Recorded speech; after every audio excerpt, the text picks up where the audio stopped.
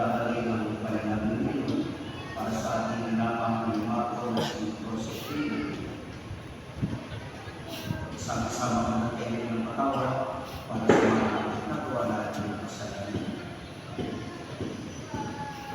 Panginoon, kaawaan mo kami. Panginoon, kaawaan mo kami. Kristo, kaawaan mo kami. Kristo, kaawaan mo kami. Panginoon, kaawaan mo kami. Panginoon, kaawaan mo kami. Kaawaan tayo ng pagmamahal ng Diyos, patawarin tayo sa ating mga kasalanan, at pagpapayaw tayo sa buhay ng lahat ng mga. Amen.